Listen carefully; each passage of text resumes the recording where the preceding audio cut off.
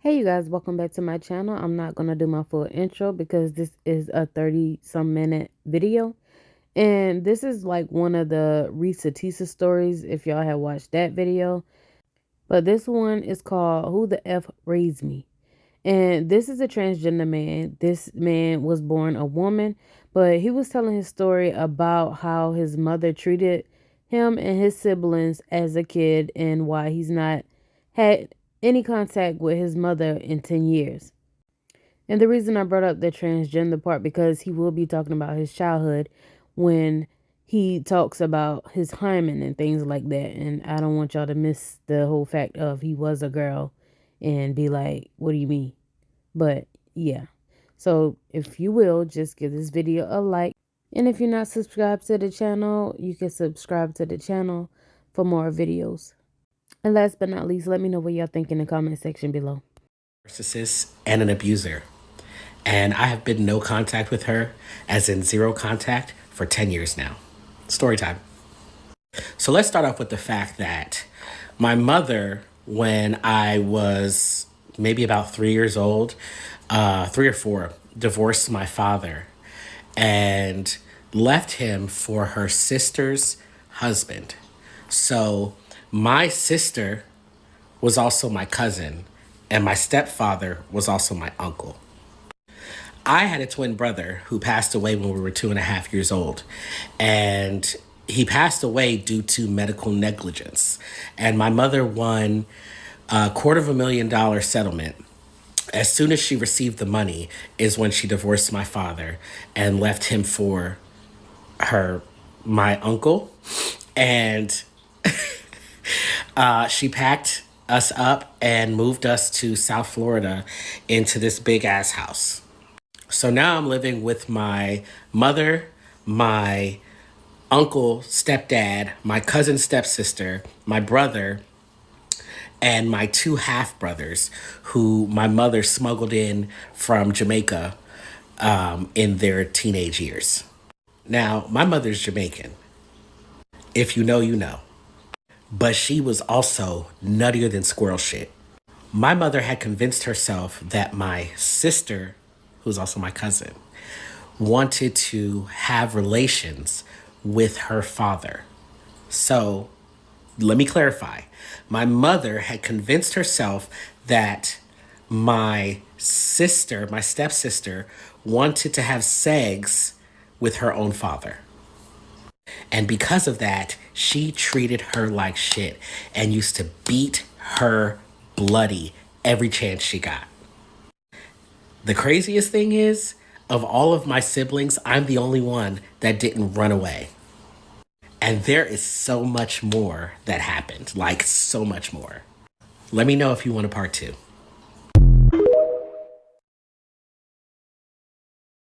My mother would do things like buy food, put it in the house, and then forbid us from eating it.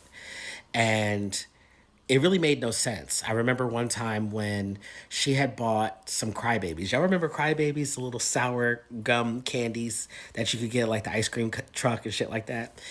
She had bought some crybabies, and we weren't allowed to eat them unless she said that we could, which was very few and far between. So I remember one time we were coming home from church. We were in church basically 24/7. My mother was a Seventh-day Adventist. So we were always in church, and we were coming home from church, and I guess she looked at her purse, and her last candy was gone, and she goes, "Who ate my last candy?" And remember, there were 5 of us, so we were all in the car like, nobody ate your candy. So she spends the whole car ride basically grilling us. And at this point, we're like pleading with each other. Like, if you ate the candy, please say something. Because my mother was the type of person that if one of us did something and didn't fess up to it, all of us got our ass whooped. All of us. So we're like, yo, if you ate the candy, please say something. All of us are in the car like, no, we didn't eat this candy, we didn't eat this candy, we didn't eat this candy. So we got home, and my mother pulls out a Bible. And she makes us put our hands on the Bible, and swear to God that we didn't eat this candy. Mind you, it is a piece of gum. Be clear, a piece of gum. So after she makes us all put our hands on the Bible and swear that we didn't eat this candy, she's still not satisfied. She's convinced that not only now are we lying to her, but we are lying to Jesus. And that just pisses her off even more. So she literally lines us all up. And be clear, my mother had a specific belt that she used to beat us with. It was a thick, black, heavy belt, and it had these ridges in it. She lines us up, and from oldest to youngest, I was the youngest, by the way, she beat us all. Like, beat us. Reciting Bible verses, thou shalt not steal, thou shalt not lie, all of this. It was insane. And as the youngest, I'm sitting in there like bawling my eyes out, like heart beating out of my chest, shaking in complete and total fear. She gets to me, she whoops my ass. I'm gagging because, like, I know I didn't eat this candy. And I guess her tactic was, if she did it in a line, eventually one of us would fess up. But this time, nobody fessed up. So, anyway, everybody gets their ass beat. We all go our respective ways and go about the night. So at some point, I was in my mother's room with her and her ex-husband. And I was like playing. I was like sitting on the floor playing or something like that. And I remember her going, "Oh, you know what? I ate that candy earlier." And they both laughed. Like they had a good, hearty belly laugh about it. I was the only person that knew. I think to this day, I'm the only person that knew that she was actually the one that ate that candy because she never apologized to any of us. I still have the scar on the back of my leg from where she beat us that night and I bled. Let me know if you want a part three.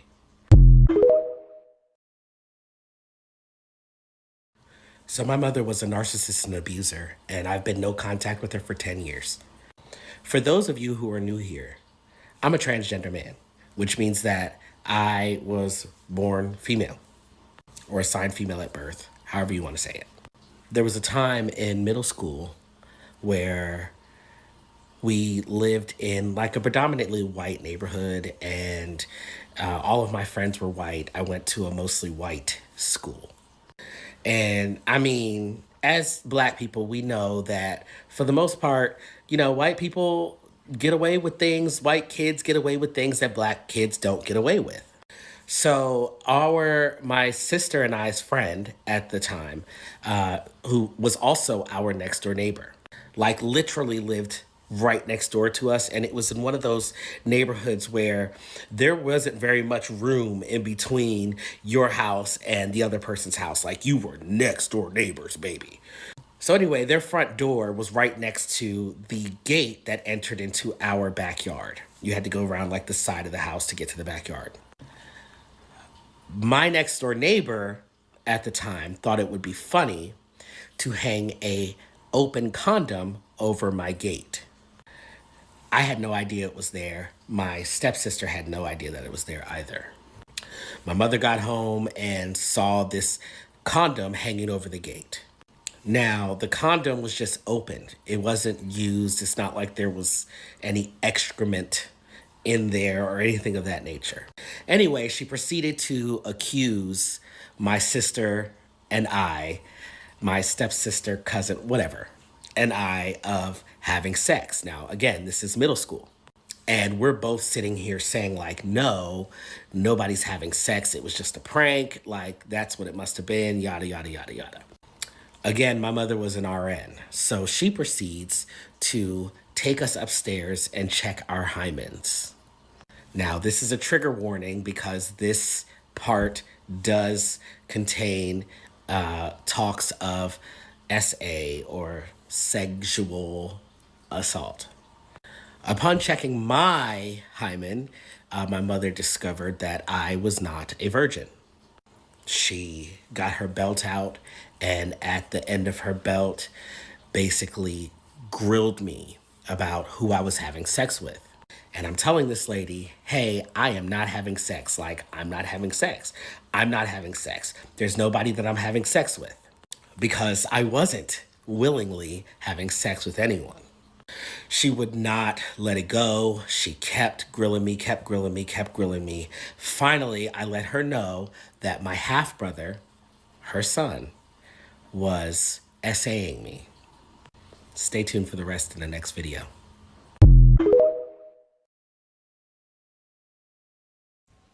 So at this point, I had just let my mother know that my half brother was essaying me. When I told her, she said nothing. She didn't say anything to me. She just kind of was like, okay, and walked away. So, I was just like really confused. I didn't know if I was in trouble. I didn't know what was going on.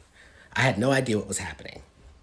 All I remember is that she ended up calling my brother into her room and closed the door. And they were in there for hours. But one thing I remember is that it was like quiet. It was like they were whispering. I know because I even tried to go by the door to see like what was going on. So hours go by. I'm still sitting here not knowing what's about to happen, right? And they come out of the room and I'm expecting a spectacle. I'm expecting, I don't know, the cops to show up. I'm expecting my mother to make him come over and apologize. I'm expecting something to happen. Y'all want to know what happened? Absolutely fucking nothing. Everybody went on their day, about their day, as if nothing happened. Like literally. Everybody went on about their day as if nothing happened. So at this time, I was probably like 11 or so. When I was 19, around that age, I got into it with my mother. And I remember screaming at her, you let your son F me and you did nothing about it. You wanna know what this lady said back? I didn't want my son to go to jail. And that was all I needed to know. I never got an apology from either one of them. I never got any type of closure. I was expected to just forgive my brother.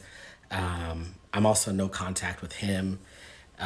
And yeah, they keep trying to get in contact with me, but not gonna happen. Not gonna happen, especially when I have two daughters to worry about. Comment if you want to hear what happened with my sister/cousin. Part 5?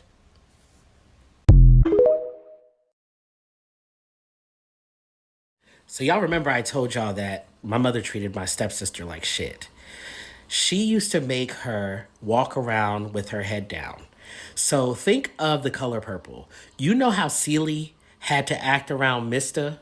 Like how she had to like tiptoe around and look down and do chores and things of that nature? That's exactly how my mother treated my stepsister. And there was one particular day when we were all, and by we, I mean my mother, my two older half brothers, my brother, and myself. We were all sitting in the living room watching TV. Now, she only acted like this when my uncle, stepdad, wasn't around. When he was around, she acted completely different. He had no idea that any of this shit was going on. So, anyway, she made her stay in her room. And the only time she was allowed to come out of her room was when she was using the restroom or doing a chore. So, anyway, we were all out in the living room. And to be clear, it's not like we as kids were just like evil. We were not allowed to say anything about it, or we would get our asses beat. So we're all in the living room, and I don't remember if we were watching a movie. I don't remember what was going on. But I remember we were like laughing and all that stuff. And my stepsister walks past, and she must have fucked around and looked up and caught eye contact with my mother. And she just tried to keep walking by. And we all just kind of like froze because my mother was like, who the fuck are you looking at? Basically. And she would try to pull us into it. She would be like, do you see this ugly girl? She used to call her ugly because my stepsister is dark skinned and far from ugly. She's always been so fucking beautiful. But anyway, neither here nor there. She would call her ugly and black and stupid and all this other stuff. And, you know, I remember she asked her, like, what the fuck are you looking at? And my stepsister just stood there because she was like confused because she knew if she spoke, she was fucked. She knew if she didn't speak, she was fucked. So she just kind of stood there. And I will never, ever, ever, ever forget this night as long as I live. My mother went to the kitchen and got this metal soup spoon. Now, you know what a soup spoon is. It's the one with the really deep ladle, heavy, thick John. She went and got that and was so offended that this girl looked at her that she beat her in the head until blood was pouring down the front of her face. Then got mad at her and got mad at us for trying to help her, for trying to clean herself up. So we all got in trouble that night. We all got in trouble. Did we get beat bloody? No. And the craziest thing is my mother was an RN. So that's how she was able to hide it from my stepfather. She knew exactly how to abuse this girl. She knew exactly how to abuse all of us. And if any of like the teachers or anything at our schools saw any of the bruises and we even made it seem like it came from the house, my mother would be waiting there to whoop our asses. She would beat us for a teacher noticing a bruise that she put or a cut that she put on us. Let me know if you want a part 4.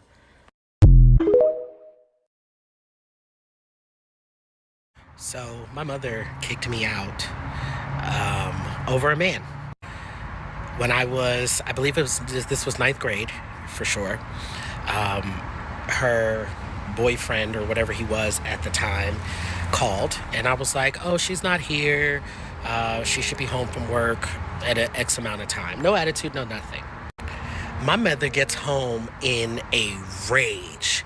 Why did such and such say you gave him an attitude and you hung up the phone on him and da da da da da da? And I'm like, no, I didn't. Do you know that without explanation, without nothing, this lady came over to me, grabbed me up by my neck, and closed fist punched me in my face more than once and then kicked me out.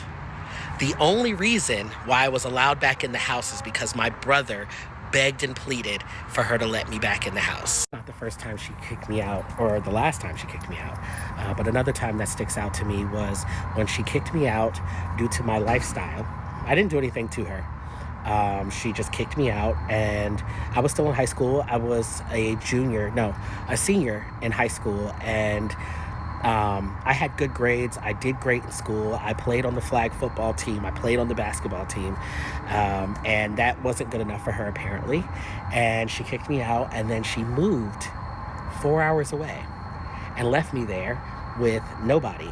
And I was sleeping in a car, and I couldn't get to and from school. And I got withdrawn from school, and would have been a high school dropout if I didn't do what I needed to do to get my high school diploma. Then, in my young adult years, I was about 19, she kicked me out again over a man. And this time, I don't even remember what the circumstances were, but she basically begged and pleaded for me to move in with her. It was me and my 3 cats. And because of some altercation, I believe the man was being lewd towards me, if you catch my drift. And I cursed him out. And she in turn kicked me out in the middle of February. It was like 20 degrees outside, and I had to sleep in my car with my 3 cats.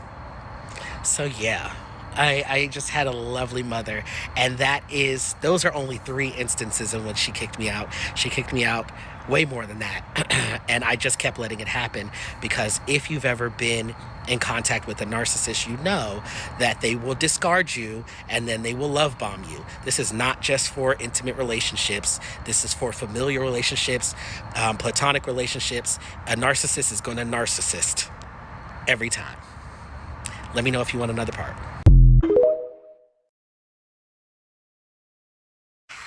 Part 7 of Who the Fuck Raised Me? Talking about my abusive narcissistic mother and why I've been no contact with her for 10 years. Please excuse my child in the background. Let's talk about the time when my mother beat me for laughing. And I mean, beat the shit out of me. So, where we grew up, we had a pool. And my mother, she changed her hair all the time. Like, it was something she did often. So, this particular day, she decided to dye her hair. It was a regular day, just like any other day. We were all sitting in the back and by the pool, and my mother's dyeing her hair. Now, I don't know what kind of lapse in judgment this lady had, but this woman decides, when you really think, anyway, she decides that when it's time to rinse the dye out of her hair, that she's gonna do so in the pool.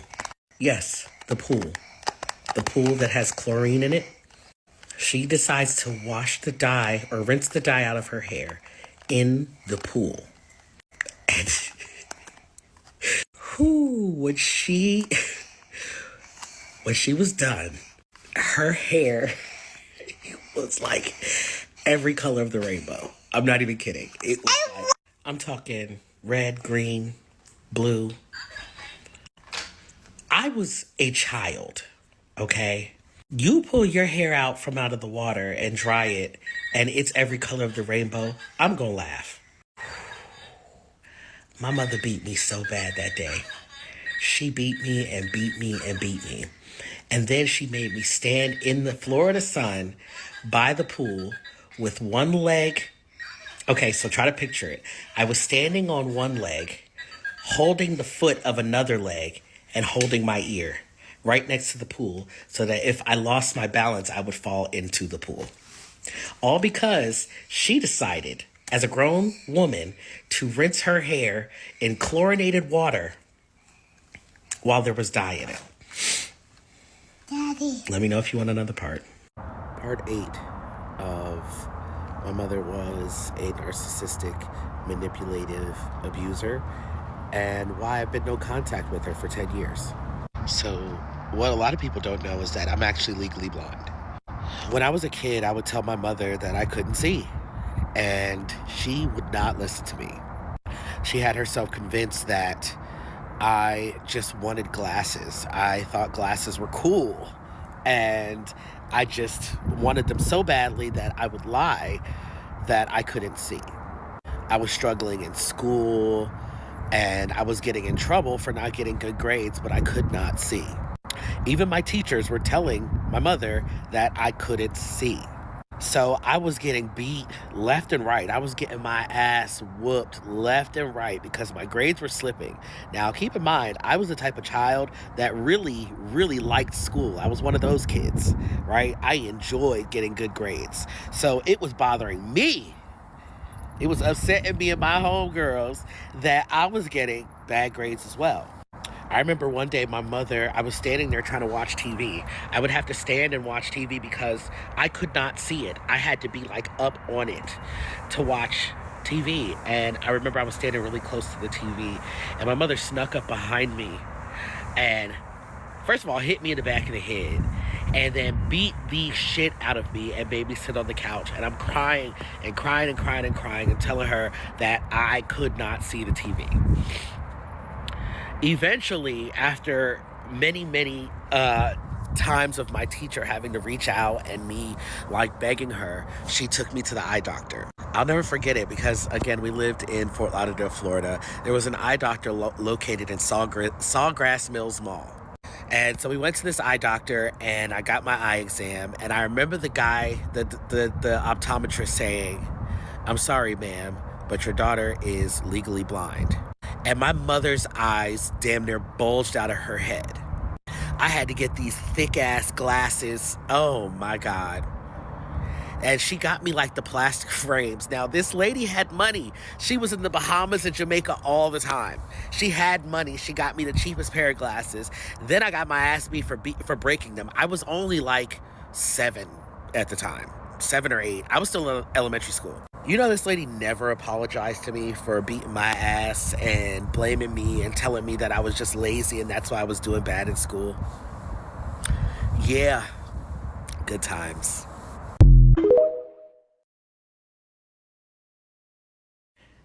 On the heels of this Risa Tisa stuff, What I'm realizing is that a lot of you do not know what abuse looks like. And I'm not blaming you for not knowing what abuse looks like. However, I am side-eyeing you for blaming someone when they say that they've been abused.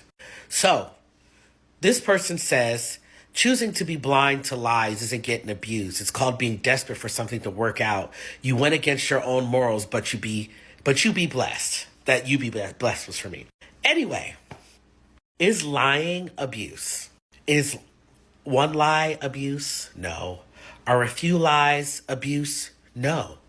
Repetitive lying is absolutely abuse, especially if you come out the gate lying. Because what lying does is it causes you to question your own sanity and your own reality, especially if you're fucking good at the lying. It's manipulative. It's coercive. So the person being lied to, while they might see red flags, it'll be like, I see something's not adding up, but like, what would be the reason for this person to lie to me? Maybe I'm bugging. And you start questioning yourself, especially if you confront the person about the lies and they make it seem like you're nuts. That's when it is abusive. And that's what this lady went through. And that's why I'm not understanding why y'all are saying that she just chose to do these things. No, honey, she was manipulated into believing this man. And yes, there were red flags, but we've all seen red flags and been like, am I bugging? Maybe I'm bugging. And that person does not have to be a master manipulator. They don't have to be some mastermind. They just need to be fucking good at lying. And a lot of the times, the people like Legion believe their own lies. And when you believe your own lies, baby, you can make other people believe it. And it is abusive. Learn what abuse is. And if you don't believe me, hold one moment. Even repetitive lying to a partner can be a form of abuse, since the survivor may begin to doubt their own experiences and instincts, becoming brainwashed into believing anything their abuser says. Hello? This stems, and this is no hate towards you or whatever, but this stems from the thought process that is ingrained in us that a victim is always the one to be blamed. Because how could you be so stupid? How could you not see? How could you not remove yourself from that situation? But it's so much easier said than done. And it's when you're on the outside looking into something, you could say all of the million things that you would have done and all the ways that you would have reacted. But until you're in it, the best thing to do is shh. Because I asked you, have you ever been in an abusive relationship and you conveniently skirted over that? So I'm assuming that you haven't, which I'm happy. You don't have to. But my thing is, shh. Now, I wasn't originally ever going to do a story time from my tub, but this couldn't wait. So the comment reads, I think doing this helps kids understand to not mindlessly eat and snack. Otherwise, you grow up with a weight problem. This was in response to my video about my mother putting food in the house and then literally not allowing us to eat it. Okay. When I say that my mother put food in the house and wouldn't allow us to eat it, that doesn't mean she was starving us, and it doesn't mean she was rationing us either. Hear me out. So what she would do is she would go to like Costco. No, her place was Sam's Club, sorry. She would go to Sam's Club and spend thousands of dollars in Sam's Club. All these fucking delicious goodies. We had a big old closet filled with just snacks and delectables and things that kids would love to eat. But we could never eat them. I'm not kidding. It wasn't like, oh, you can get one a day. Like literally the only times we were allowed to eat those things is when there were other people over the house and they had kids. That's when we were able to eat the goodies, right? The good, the good things that kids actually like.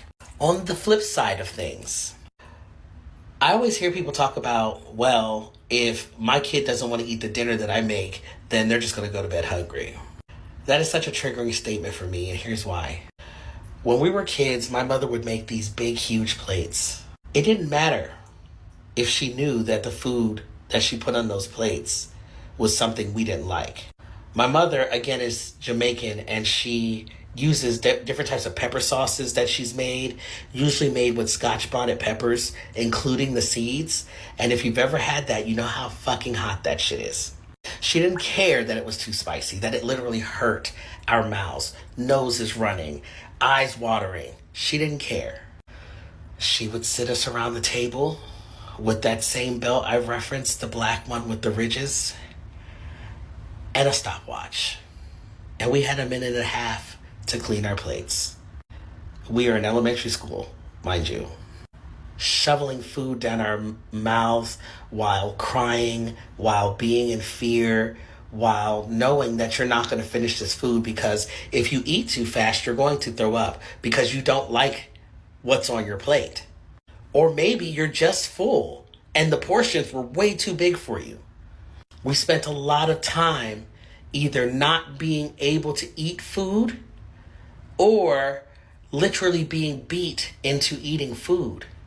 And now, here I am, a person who gets full anxiety about what to eat, how much to eat, when to eat, so much so that I will go the entire day without eating because I avoid food. I have now developed an eating disorder. And even though I eat so little that people have to remind me constantly to eat, guess what? I'm still fat. So yeah, trauma is a very interesting thing. There's a huge difference between limiting how much a child intakes and literally controlling whether or not a child intakes, and when they do, how quickly they do so. Does that make sense? Hey, so no, I am not the only one that went no contact from my mother. My brother, my full brother, the one who we both share, both parents, he went no contact with my mother well before I did. He left in high school and never spoke to her again. And I wasn't sure if he had seen my videos because he's not huge on social media like I am or whatever the case may be. But yesterday I saw that he liked a few of the videos, so I reached out to him for screenshots. So I basically said to him, hey, I know you saw my videos. I hope they're not too triggering. I didn't include his stories because I didn't get the go-ahead from him. But I did get it from, that is my stepsister's name that I crossed out. I was telling him how I have active memory loss and was wondering if he remembered any stories, to which he replied that yes, the stories were triggering, and he's also blocked out most of the memories, and he pretty much never thinks of our mom. I'm not sure about my two older brothers. As far as I know, they're still in contact with her, but as far as me and my brother, neither one of us speak to her. So yeah, I hope that answers your question. No, I won't be answering or putting any pictures or anything up of my family, so please stop asking. I know you didn't ask that to the original commenter, but still, people are asking that, and that's weird. Let's not.